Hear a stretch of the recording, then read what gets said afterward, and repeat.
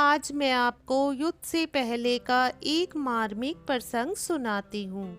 जब श्री राम जी और रावण का युद्ध शुरू होने वाला था, तो राम जी ने कहा, मैं युद्ध शुरू होने से पहले लंका विजय के लिए एक यज्ञ करना चाहता हूँ और उसके लिए मुझे एक महापंडित चाहिए जो शैव अर्थात शिव को पूजने वाला और मेरी तरह से वैष्णव हो। तो जामवंत ने कहा, प्रभु, इस युद्ध भूमि में ऐसा महापंडित मिलना असंभव है, लेकिन मैं एक ऐसे पंडित को जानता हूँ जो शिव भक्त भी है और आप ही की तरह वैष्णव भी, लेकिन वो आपका पुरोहित बनेगा नहीं।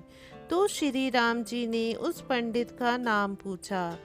तो जामवंत ने कहा, उसका नाम रावण है।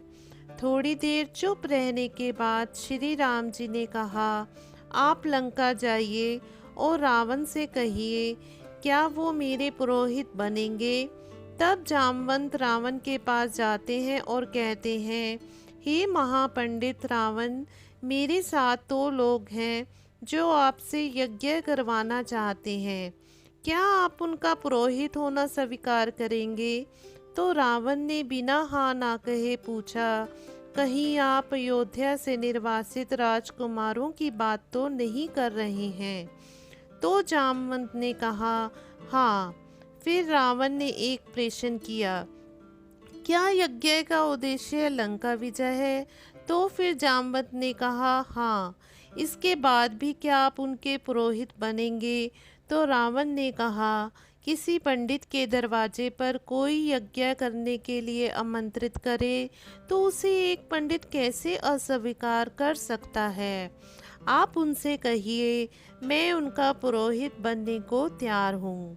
तब रावण ने नवों ग्रहों को बुलाया और यज्ञ के लिए शुभ मुहूर्त निकालने को कहा, और मुहूर्त निकला अगले दिन भोर में 5 बजे का। तब जामवंत ने कहा, लेकिन आप पूजा के लिए सामग्री तो बता दीजिए। तब रावण ने जवाब दिया, हमारे यजमान तो वनवासी हैं, उनके पास पूजा की कुछ सामग्री कम पड़ जाए तो पुरोहित का कर्तव्य है पूरी सामग्री खुद अपने पास से ले आए। क्योंकि रावण जानता था राम विवाहित हैं और विवाहित पुरुष की बगल में उसकी पत्नी ना बैठे तो पूजा पूर्ण नहीं होती है और मैं अपूर्ण पूजा नहीं कर सकता।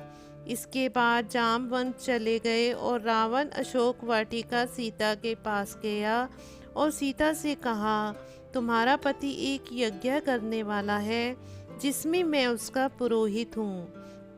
कल मेघनाथ सुबह रथ लेकर आएगा, तुम उस पर बैठ जाना और उसके साथ यज्ञ स्थल पर चले जाना और यज्ञ खत्म होने के बाद फिर वापिस लंका चली आना। इसके बाद सुबह रावण यज्ञ स्थल पर पहुंचा। यह देखकर राम और लक्ष्मण जी ने रावण के पैर छुए और आशीर्वाद लिया। रावण ने यज्ञ शुरू करने से पहले राम से पूछा, तुम्हारी पत्नी कहाँ है। तो राम ने कहा, पुरोहित जी, उनका हरण हो गया है। तब रावण ने राम से कहा, मैंने तो पहले ही कह दिया, अगर मेरे यजमान के यज्ञ में कुछ पूजन सामग्री कम पड़ जाएगी तो पुरोहित का कर्तव्य है कि उसको उपलब्ध करवाए। तब उसने मेघनाथ से कहा, पुत्र, सीता को राम की बगल में बिठा दो। तब सीता को उनकी बगल में बिठाकर रावण ने यज्ञ पूर्ण कर शिवलिंग की स्थापना की और नाम रखा रमेश्वर, अर्थात राम ही ईश्वर हैं और ईश्वर ही राम।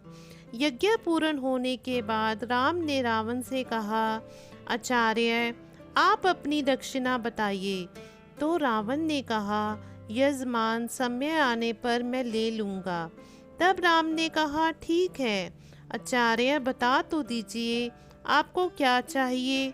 तब पता नहीं उस समय आपको दक्षिणा देने की स्थिति में रहूं या नहीं।